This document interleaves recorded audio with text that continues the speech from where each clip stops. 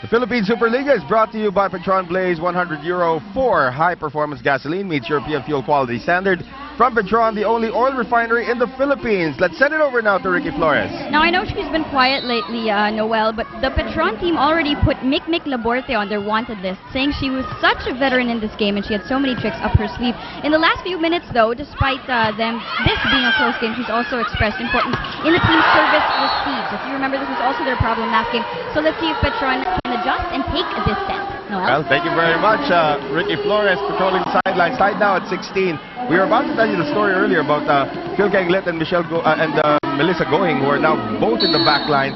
These girls used to be teammates in the Palarong Pambansa representing the NCR. They were two of the most recruited volleyball players of their generation as Isa Maizo gets it through.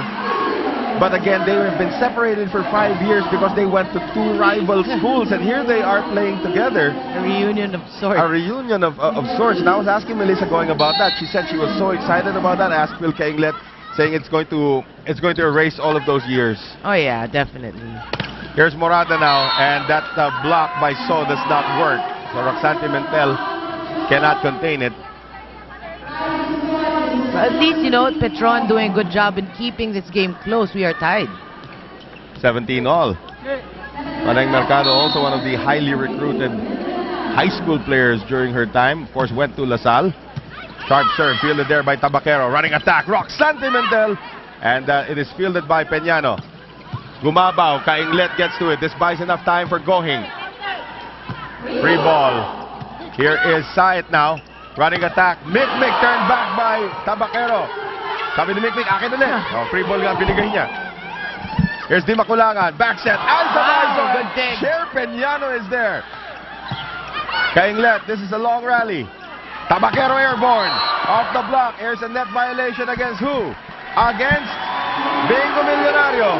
And Michelle Gumaba will make that Mick Laborte with a sheepish look on her face. I know that she was looking at the second referee like, are you sure? Are you sure?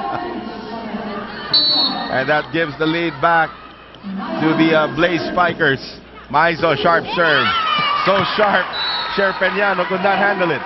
Well, comfortable 2-point lead by Petron. But you know, Noel, I was talking about it earlier. It's nice to see the different generations of LaSalle players, former LaSalle players. They look at Petron. You have Di Maculangan, you have Tabaquero, you have Roxanne. Yeah. So it's the same. And Maizo. Yeah. So it's the same. Oh! Tabaquero had that all to herself. And the net got in her way. Oh, as a player, you hate that. Those plays will give you nightmares. That's like a let court in tennis and it just fell back into your court. Exactly. Still a 1-point lead, however, for Petron. Laborte, Maizo, quick set, Pimentel! And she gets it.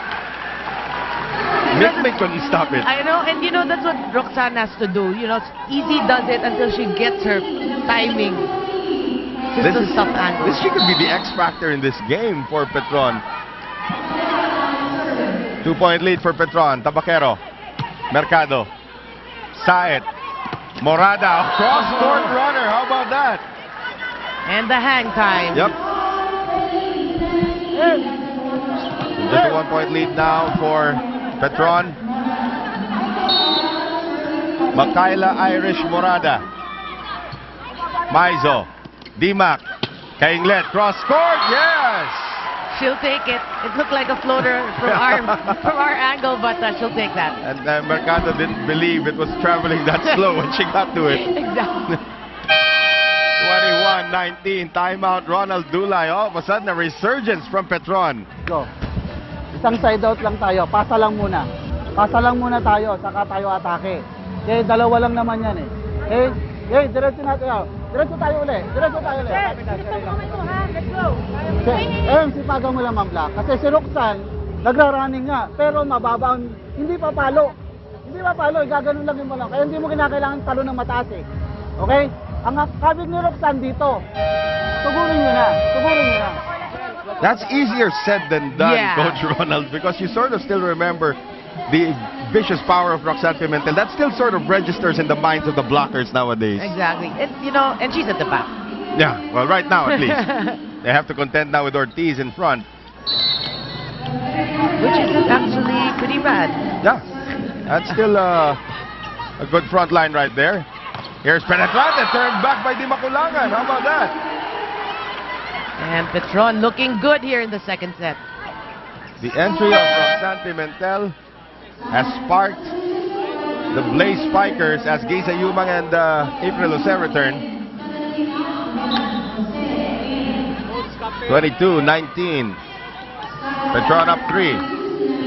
Well, good substitution. This adds, offensive power. And a little bit more speed as well. Yep. Pimentel, short serve this time.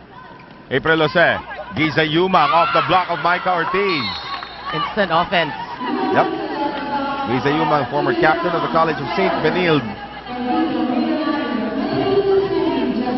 But we all remember Geisa Yumang to be like one of the sole leaders of this definitely. CSB. After Doreen Hernandez left the team, the team was all hers. That's right.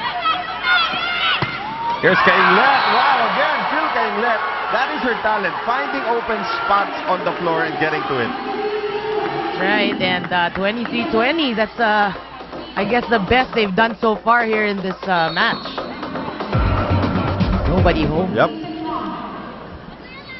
Di Maculangan again. Jose. Oh, that's overreaching.